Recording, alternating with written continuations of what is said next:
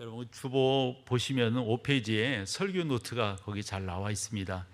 또 기록할 것들 기록하면서 오늘 말씀을 듣겠는데, 오늘 말씀은 라오스에서 선교사로 수고하시는 우리 현상민 목사님께서 오늘 말씀을 전해 주시게 되었습니다. 여러분 나오실 때 우리 오른손을 들어 할렐루야로 맞이해 주십시오. 할렐루야. 저는 작년 10월에 좀 조기 은퇴를 하고 라오스로 갔는데, 목회를 이제 은퇴를 하니까 제일 부러운 게 세례식입니다. 계속 제가 몇 년을 더 할 수 있어서 하게 되면 아마 오늘 저도 제가 있는 교회에서 유아 세례식을 했을 텐데, 이제 1년 목사 된 지 1년 차 때는 유아 세례를 못 했고 2년 차 때부터 세례를 주기 시작해서 참 많은 몇백 명 우리 아이들에게 유아 세례를 줬고, 그 아이들이 커서 저한테 주례를 받고 또 서리 집사님이 되고 지금 안수 집사까지 된 그런 이 사람들이 있어요. 그래서 유아 세례가 얼마나 참 부럽고 그런지, 아마 제가 남은 여생 동안에 유아 세례는 뭐 거의 못할 것 같아요. 혹시 무슨 특별한 기회가 있으면 유아 세례를 받는 게 축복이고 특권이라고 생각할 때 얼마나 감사한지 모릅니다. 저는 이 가정에 대해서, 우리 어린이 주일이라서 어린이에 대한 설교나 자녀 교육에 대한 설교를 할까 하다가, 그냥 저는 뭐 한 번 왔다 간 사람이니까 가정 전체에 걸쳐서 정말 여러분들의 가정에 웃음이 있느냐, 이걸 가지고 한번 주제를 가지고 말씀을 전하려고 합니다. 여러분들 이 가정의 달은 5월 달에 이제 어린이날이 있고 어버이날이 있고 또 스승의 날이 있는데, 부부의 날이 21일이라는 것을 여러분 아십니까? 여러분들 달력에 집에 가서 보시면 21일에 부부의 날이라고 써 있어요. 2007년도에 국회에서 이걸 결정을 해줘서 했는데, 저도 95년도에 거제도의 권재도 목사님이라는 분이 이거를 부부의 날을 제창을 하고, 저도 이제 거기에 합류를 해서 같이 국회에다 탄원도 하고 부부의 날 위원회를 조직해 가지고 한 12년간을 열심히 사역하다가 드디어 2007년도에 부부의 날이 됐거든요. 21일을 왜 정했냐? 둘이 하나가 되는 날. 그래서 부부입니다. 가정의 근간이 자녀가 아니고 부모가 아니고 부부입니다. 부부를 통해서 자녀들이 나오고, 자녀가 있으니까 우리가 부모가 되는 거 아닙니까? 그래서 이 부부끼리가 참 중요한데, 신앙생활 좀 하다가 보면은 이제 직분도 받고 또 이렇게 생활을 하다 보니까 바쁘다 보니까 부부의 그 모든 것들이 자녀들한테로 가버리고, 또 부모님들 세대, 저희들 세대 같은 경우가 낀 세대거든요.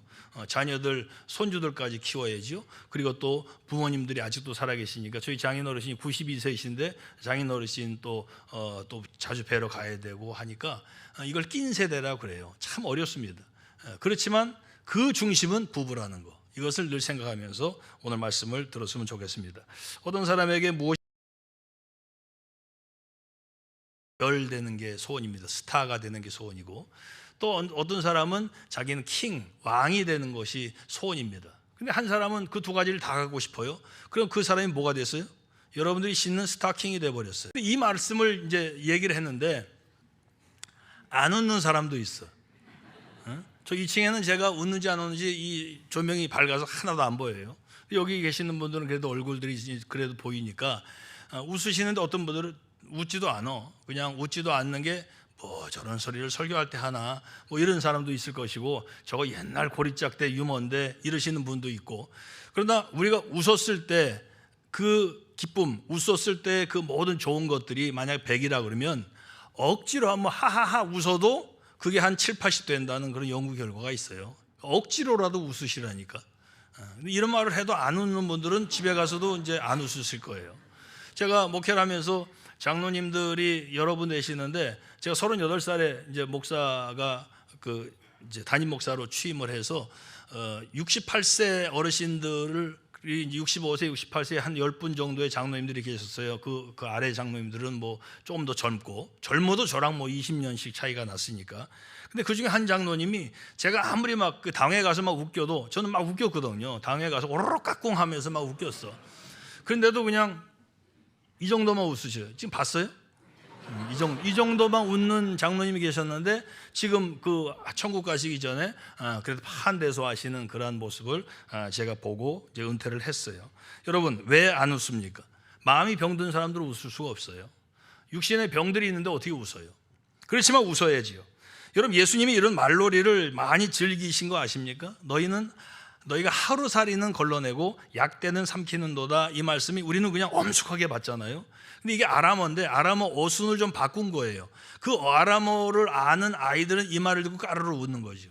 예수님이 유머를 하셨네. 이 어순을 바꿔서 재밌게 하셨네.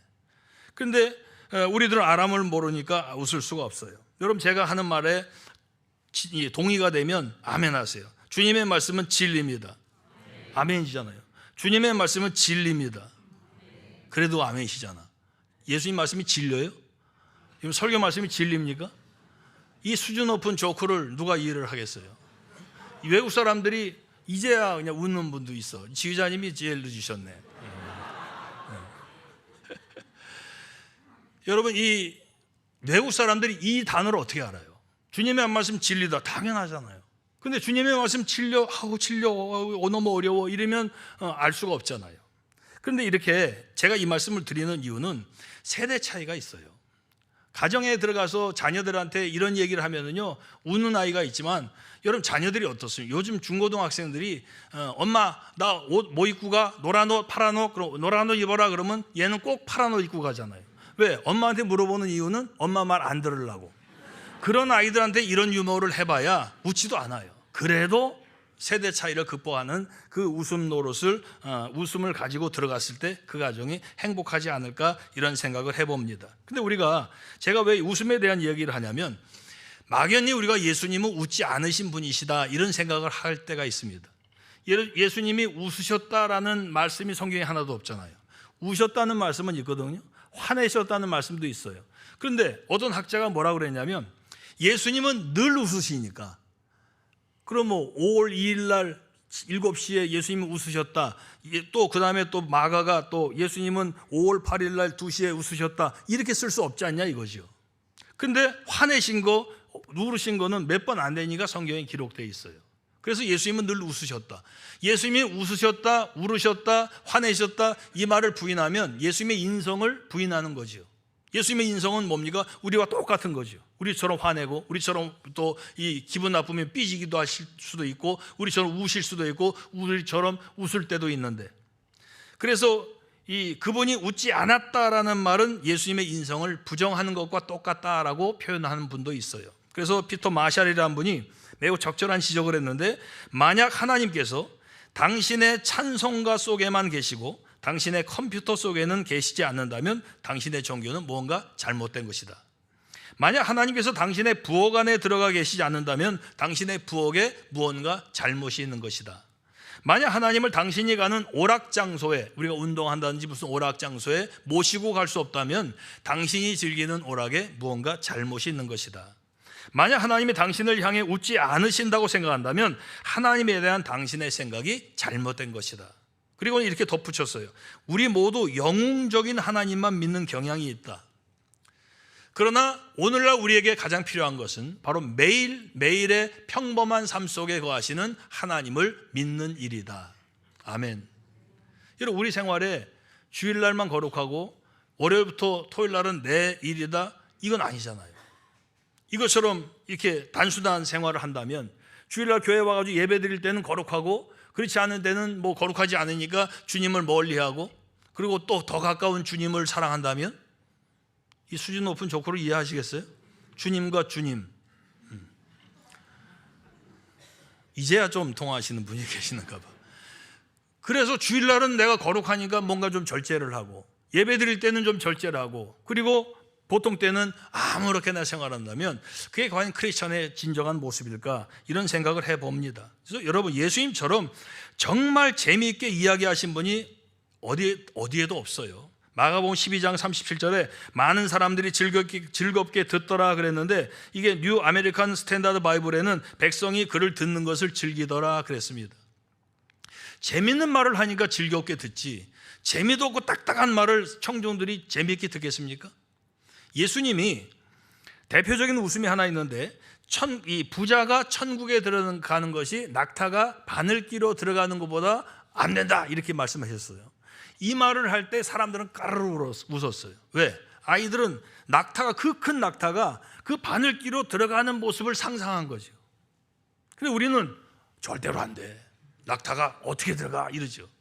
이거를 이 서양 사람들은 조크로 만들었는데, 그 당시에 사람들이, 아마 부자들이 예수님한테 청탁을 걸었을 거다. 두 가지 중에 하나만 좀 들어주세요. 나는 부자지만 내가 천국에 들어가고 싶은데 주님이 낙타를 바늘기보다 작게 만들어 주시든지, 아니면 바늘기를 낙타보다 크게 만들어 주시든지, 그래 낙타가 바늘기로 좀 들어가게 해주세요. 그래야 내가 천국에 들어갈 것 아닙니까? 이렇게 만들었을 거다라는 조크를 합니다.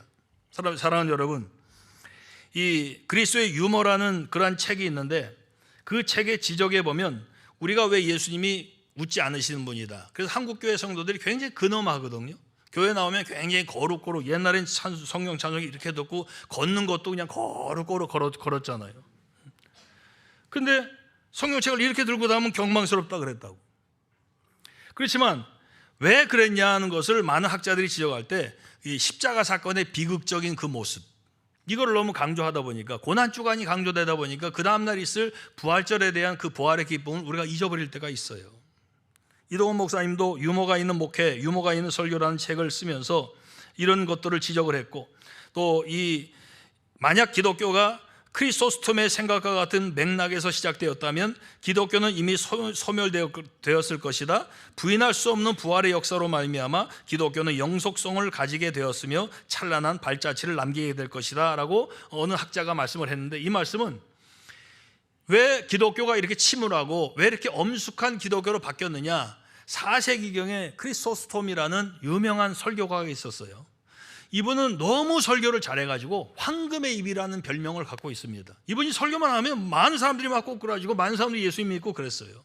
근데 이분이 유난히 웃음을 반대하는 설교를 합니다.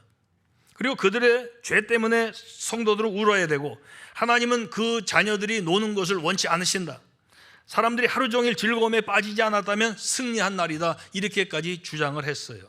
심지어 즐거워하는 것을 이방인의 행위로까지 보았습니다. 그 결과 기독교가 이렇게 좀 침울한 종교가 돼버렸어요. 우리 한국 기독교도 성찬에 참여할 때마다 우리들이 좀 울어야 되잖아요. 울음이 안 나오는데 옆에 사람들은 막 잔버타고 그냥 흐느끼고 막 그러니까 나도 좀 할까? 이러기도 하고 말이야. 성찬을 받을 때 꼭 울어야 됩니까? 성찬이라는 것이 예수님의 피와 살을 기념하는 것이지만, 그러나 성도들끼리 같이 잔을 나누면서 천국의 한 백성의 표시로서도 먹는데, 주님의 그 고난에 감사하면서 내가 결심을 하면서 내가 다시는 이제 죄를 안 짓겠다고 결심하지만, 그러나 저 천국에 같이 갈 성도들 간의 그 아름다운 교제를 우린 잊어버릴 때가 있거든요. 그러니까 우리가 이 성찬에 참여할 때의 의미를 생각을 해보면서 너무 기독교가 웃는 거에 대해서 인색했어요.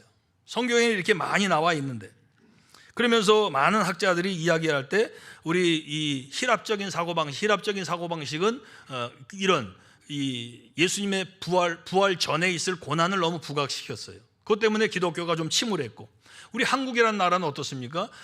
편견 때문에, 그 양반의식. 저는 이름이 상민이에요. 상민과 반대된, 아까 하민이라는 아이가 저기 하면서 예 했던 것 같은데, 상민이 동생이 하민이에요. 제가 심호하는 교회에 하민이가 둘이 있어가지고 중학생 고등학생인데, 제가 만날 때마다 상민이 동생 하민아 그러면 얼마나 좋아하는지 몰라요. 그런데 그런 이 체면 문화 때문에 이 교회에서 웃는 것조차도 쉽지가 않았어요. 옛날에 저는 86년도에 결혼을 했는데, 그 당시에도요, 새색 씨가 웃으면 딸 난다라는 말을 했어요. 그러니까 그 기쁨의 그 축제 때 웃지를 못했어. 요즘 딸이 얼마나 귀해요. 그리고 많이 웃으면 싱거운 놈이라고 그러고, 가볍다고 취급하고, 강단도 아주 어둡고 침침했어요. 그런데 요즘은 유머가 있는 설교라는 제목까지 책이 나올 정도지요. 사랑하는 여러분, 우리 뇌 속에 웃음보가 있다는 거 아십니까? 웃음보가 4제곱센티미터의 웃음보를 발견한 학자가 있어요. 이 뇌파를 이렇게 해가지고 자극을 줬는데 어느 부분에서 웃더라는 거죠. 반응이 없던 그 환자가. 여러분, 모태에서 우리를 지으신 하나님이 하신 일 아닙니까? 많이 웃어야지요. 이것이 사람의 본분입니다. 저는 웃음이야말로 하나님이 주신 최고의 선물이라고 생각해요. 성경에 보면 마음의 즐거움이 어디서 나온다 그랬어요? 얼굴에서 나온다 그랬어요. 그러니까 우리가 침울한 얼굴 하면 그건 마음의 즐거움이 없다는 거죠. 그래서 프랜시스 쉐이퍼가 광채가 나는 모습이 크리스찬의 아름다움이라 그랬습니다. 광채가 나는 모습. 저는 사람들에게 내가 크리스찬의 모습을 어떻게 보일 것인가? 좀 목사인데요. 택시를 탔는데 혹시 목사님이세요? 나 이거 막 까무러칠 정도로 좋았어요. 근데 지금까지 딱 2번밖에 없었어. 물론 택시를 제가 잘 안 타지만. 근데 여러분 성도 많은 사람들이 여러분들에게 혹시 교회 다니세요? 이런 말을 들어보셨습니까? 그분들이 왜 그런 말을 했을까요? 얼굴 보고 얘기한다니까요. 얼굴 보고 저 사람은 교회 다닐 것 같은 사람이란 얘기죠. 그런데 그렇지 못하고 당신 현상범이에요? 그러면 어떻게 돼요? 제가 현상민이라 현상범이라는 별명을 갖고 있어요. 사랑하는 여러분, 전 표정부터 달라져야 된다고 보는데 한번 옆 사람 한번 쳐다보세요. 옆 사람 한번 쳐다보고 미소를 한번 줘보세요. 좋아요? 안 좋아요? 여러분은 미인계를 쓰는 게 아니라 미소계를 써야 되거든. 미인계를 쓰라 그러면 사람들이 좌절할 사람들이 아마 여러분 될 거예요. 난 미인 아닌데 뭐. 그러니까 미소계를 쓰면 누구나 할 수 있지요. 여러분 가정에 왔을 때 아내가 남편에게 미소를 하고 또 남편이 아내에게 자녀들에게 미소를 줬을 때 얼마나 가정이 편안할까요? 요즘에 유모요법이라는 말이 등장할 정도로 노만 커즌스 박사가 본인이 불치병에 걸렸어요. 당신 이거 검사 안 하면, 이거 치료 안 하면 죽는다. 나 거절합니다. 이제부터 내가 맞는 처방을 하겠습니다. 그리고 세계 모든 유모 전집들과 비디오랑 다 동원해서 24시간 웃었어요. 그랬더니 그분이 낫어요. 그래서 유모요법, 이 노만 커즌스 박사가 만들었어요. 사랑하는 여러분, 웃다 보면 병이 나아요. 웃음을 회복할 때 우리는 그만큼 하나님께 가까이 나아갈 수가 있습니다. 그래서 에베소 5장 19절에 시와 찬송과 신령한 노래들로 서로 화답하며 너희의 마음으로 주께 노래하며 찬송하며 그랬습니다. 사랑하는 여러분, 우리가 예배 매주일 나와서 예배 드리는데 1년 12달 52주를 예배 드리는데 우리의 예배가 기쁨의 예배가 돼야지요. 지금처럼 저를 쳐다보면서 찡그린 얼굴로 쳐다보는 것이 아니라 늘 우리의 마음속의 기쁨, 물론 쳐다보고 집중하기 때문에 그렇지만 우리가 이 예배당을 나가고 이 본당을, 이 건물을 나가는 순간에 세상 사람들이 야, 목동제일교회 나오는 성도들 얼굴들이 환하네, 저기 뭐가 있나 봐, 저긴 천국인가 봐, 이런 소리를 들어야 되는 것 아니겠어요? 여러분 월요일날 직장을 갔는데 우리가 은혜 받은 그 얼굴의 모습으로 왔을 때 직장인들이 보고 당신 뭐 어떻게 이렇게 얼굴이 밝냐고. 이런 모습이 크리스천의 모습이 아닙니까? 하늘에 계신 이가 웃으시며 라고 시편 2편에 말씀해요. 하늘에 계신 이가 웃으세요. 누굴 보고? 우리를 보고. 시편에 이런 기쁨에 관한 묘사가 있어요. 65편에 들의 초장에도 떨어지니 작은 산들이 기쁨으로 띠를 띄었나이다. 초장은 양떼로 옷 입었고 골짜기는 곡식으로 덮였음에 그들이 다 즐거이 외치고 또 노래하나이다. 아멘. 사랑하는 여러분, 이 기뻐하라는 말, 이 기쁨이라는 단어가 복음서에만 125번, 125회가 나와요. 사랑하는 여러분들, 기뻐하세요. 기뻐하십시오. 기뻐하십시오. 제가 125번을 해야 기뻐하시겠습니까? 기뻐하라면 기뻐해야지. 그래, 기뻐. 나 너무 기뻐. 바울 선생님도 오늘 본문에 항상 기뻐해라, 내가 다시 말하는데 기뻐해라, 이 말은 위협이에요. 우리의 권면이 아니라 너 기뻐하지 않으면, 너 웃지 않으면 너 혼나, 이 말 아닙니까? 근데 이 성경을 썼던 데가 감옥이에요. 그 감옥을 가보면 사람이 있을 수가 없는 그런 상황이지요. 그럼에도 불구하고 기뻐해라. 그의 관심은 딱 한 가지입니다. 근데 기뻐하라는데 기쁨이 안 오는데 어떻게 해요? 슬픔이 오는데, 고통이 나를 덮는데 어떻게 기뻐합니까? 여전히 기뻐하래요. 우리의 기쁨을 빼앗아가는 것들이 한둘입니까? 절망, 또 아픔, 여러 가지 것들. 집에 가도 아이들 봐도 저놈 저 사람 노릇 하겠나? 그런데 나는 사람 노릇 한다고 뭐 우리 아버지 어머니가 얘기했을까요? 그 부모들은 다 그렇잖아요. 그런데 그 아이들이 커가지고 우리가 사람 노릇하고 그 부모님들 모시고 자녀들을 키우고 그렇잖아요. 사랑하는 여러분, 기쁨의 반대는 슬픔이 아닙니다. 불신앙이다, 이런 말도 있어요. 기쁨의 반대는 불신앙이래요. 여러분은 무엇을 기뻐하고 계십니까? 재물? 명예? 그리고 지위? 기쁨은 하나님에 대한 선택이에요. 하나님이 살아계신다면 내 생에 어떤 일이 일어나도 상관없어요. 그게 하박국 3장 17절의 고백 아닙니까? 다 같이 한번 읽어봅시다. 시작. 비록 무화과 나무가 무성하지 못하며 포도나무에 열매가 없으며 감람나무에 소출이 없으며 밭에 먹을 것이 없으며 우리의 양이 없으며 외양간에 소가 없을지라도, 여러분 6가지는 우리의 생의 모든 겁니다. 쫄딱 망해도 우리의 18절의 고백이 뭡니까? 시작. 나는 여호와로 말미암아 즐거워하며 나의 구원의 하나님으로 말미암아 기뻐하리로다. 아멘. 내가 기쁨 가운데 산다는 것은 하나님에 대한 신뢰를 의미합니다. 저는 이것이 기쁨의 핵심이라고 믿어요. 무엇보다도 가정 안에 이 기쁨과 웃음이 넘쳐나도록 해야지요. 우린 가정을 작은 천국이라고 얘기합니다. 저는 오늘 오케스트라 이 현악단들이 몇 분 계실 때 제가 또 작은 감동을 받았어요. 저희 집안이 이제 음악을 하는 집안이라 교회에서 2부 때, 3부 때 예배 때는 이제 이 정도의 규모로 있지만 한번 다 모았어요. 이제 학생들 중에서도 막 그냥 좀 배우는 깽깽이 소리 나는 애들까지 다 동원해서 42명 오케스트라를 만들어서 발표를 했어요. 제가 이제 연주회 프로그램을 딱 봤더니 바이올린, 이제 우리는 이제 바이올린 악장이니까 악장 겸 수석 해가지고 제 딸이 이름이 딱 들어갔어요. 제 딸이 이제 바이올린 하거든요. 그다음에 제 아내가 첼로를 하니까 첼로 수석 딱 써 있어요. 제 아들이 독일에서 타악기 팀파니를 공부를 하고 왔어요. 타악기 수석 딱 써 있어요. 제가 야, 세 식구가 다 있는데 아빠만 없네 그랬어요. 우리 아들이 뭐라고 그러는지 알아요? 아빠는 우리 집안의 수석이에요. 아내 그 말에 얼마나 감동을 받아. 부럽죠? 그것도 왕수석이래요. 왕수석. 사랑하는 여러분, 우리가 집에 들어갈 때 웃음 한 보따리를 가지고 들어가세요. 집안 분위기가 왕창 바뀝니다. 예를 들면, 얘들아, 어떤 사람이 길을 걷다가 알라딘 램프를 하나 발견했대. 이거 옛날 얘기입니다. 이거 알라딘 램프를 이렇게 닦으면은 뿅 나와가지고 이게 누가 나와가지고 주인님 손 한 가지만 들어주겠습니다. 그런 거죠. 근데 이 사람이 너무 가난하게 살았으니까 돈이 필요해요. 그리고 이게 노총각이니까 여자가 필요해요. 그리고 그러니까 그 여자랑 결혼하고 싶어요. 근데 한 가지만 하라니까 이 사람이 빠르게 얘기했대. 돈, 여자, 결혼. 그랬더니 어떻게 됐어요? 정신이 도른 여자랑 결혼했대. 이렇게. 그래서 이런 조크만 하는 것이 아니라 교훈을 남겨지요. 그래서 지나친 기대는 문제를 일으킬 수 있어. 이렇게 마무리를 져야지요. 여러분, 웃으려고 작정하면 재밌는 일이 얼마나 많은지 몰라요. 저는 지금 제 아내는 지금 손녀가 40일째 태어난 지 40일째라 지금 아기 보고 있어가지고 오늘 영상으로 지금 이 예배를 참석을 했어요. 근데 아이는요, 태어나서 하루에 300번 웃어요. 지금 40일째니까 이제 눈 마주치고 딱 할 때 웃는 건데 한 50일째쯤 가는 것 같아.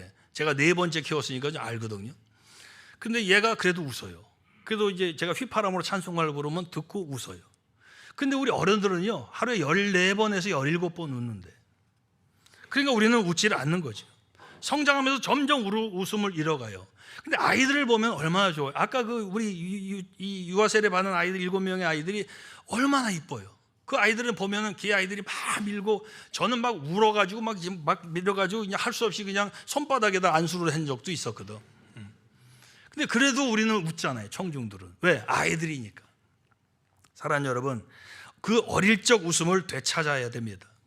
한 가정 연구자가 가정하면 떠오르는 단어 하나를 선택하라고 그랬더니 행복을 얘기를 합니다. 행복. 여러분, 가정에 행복하려면 어떻게 해야 돼요? 웃어야지. 아이들은 부모님들을 웃기려고 한번 노력하고, 부모님들은 자녀들을 웃기려고 노력하고, 또 그리고 또 모든 자녀들이 부모님들에게 자녀들에게 웃기는 모습들을 가지고 같이 웃으면, 저희는 그때 한동안은 그 유머를 서로들 얘기를 해가지고 웃기면 용돈 주고 그랬어요. 그랬더니 얼마나 재미있는지 몰라요. 가정을 구제해야 됩니다. 다른 방법이 없어요. 웃음을 되찾아올 때 가능합니다. 그럼 우리가 이렇게라도 웃음을 되찾아야 될 이유가 뭘까요? 웃음을 통해서 하나님에 대한 신뢰가 있기 때문에 그렇죠. 웃음 속에 천국에 대한 소망을 익히기 때문입니다. 웃음 속에서 미래에 대한 하나님의 약속을 확신할 수 있게 되기 때문입니다. 우리 가정이 날마다 잔치 속에 있기를 바랍니다. 마음이 즐거운 자는 항상 잔치하느니라. 잠언 15장 15절의 말씀이에요. 항상 기뻐하는 가정, 항상 기뻐하는 성도님들 되시기를 주님의 이름으로 축원합니다. 하나님 아버지 감사합니다. 더 많이 기뻐하게 하시고 더 많이 웃음이 있는 가정이 되게 하여 주옵소서. 또 사역하신 우리 김 목사님과 사모님과 우리 모든 교육자들, 또 함께 동역하는 우리 장로님들과 우리 모든 중직자들을 통해서, 우리 목동제일교회 귀한 성도님들을 통해서 목동이 복음화되고 세계가 복음화되는 놀라운 역사가 있게 하여 주시옵소서. 예수님의 이름으로 기도드리옵나이다. 아멘. 다 같이 자리에 일어서셔서 마지막 찬양으로 주 앞에 나갑니다.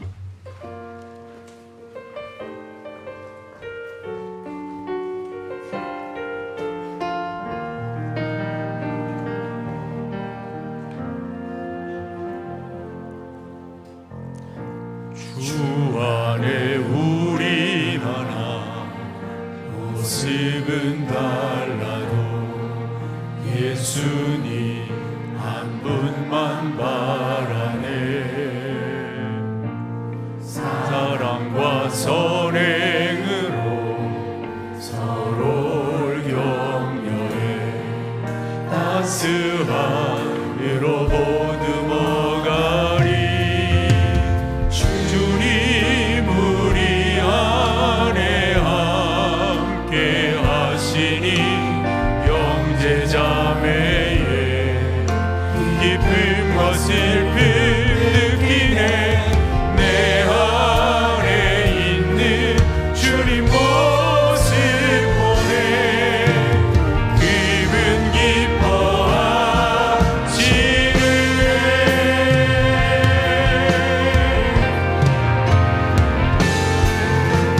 주님 우리를 통해 계획하시니 부족한 입술로 찬양하게 하시니. 주님 우리를 통해 계획하시니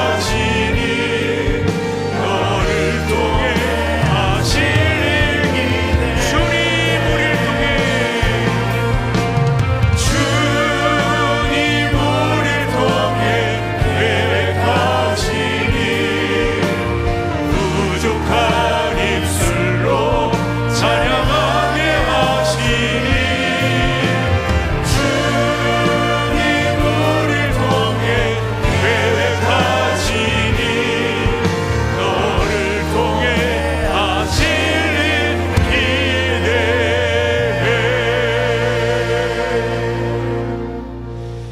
전능하신 아버지 하나님을 찬양합니다. 우리가 기뻐해야 될 이유가 있습니다. 기쁨을 주신 분이 하나님이시옵고 그 기쁨을 주시기 위하여 우리 주님께서 하신 일들을 우리가 알기에 기뻐하게 됩니다. 지금도 함께 하시며 우리 가운데 역사하시는 주님, 주님을 찬양하며 주님께 감사를 올려드립니다. 사랑하는 성도들을 보호하시고 선한 길로 인도하셔서 주 안에서 승리할 수 있도록 성령 하나님 인도하여 주시옵소서. 험난한 세상이었고 힘든 세상이지만 주님 주시는 기쁨으로 감사하게 하시고 즐거워하게 하시고 주님을 영화롭게 할 수 있도록 인도하여 주옵소서. 특별히 우리의 자녀들을 지켜주시기를 소망합니다. 하나님, 은혜를 베풀어 주시기를 소망합니다. 우리의 자녀들이 일찍 주 안에서 그들의 삶의 목표를 정확히 정하고 나아가는 은혜가 있게 인도하여 주시옵소서. 드려진 헌금을 기뻐 받으실 주님을 찬양하오며 이제는 우리 주 예수 그리스도의 놀라우신 은혜와 아버지 하나님의 그 크신 사랑하심과 성령 하나님의 인도하심, 복되게 하심, 형통케 하심이 성도들의 모든 삶 속에 행하는 일들 가운데 이제로부터 영원토록 함께 계실지어다. 아멘.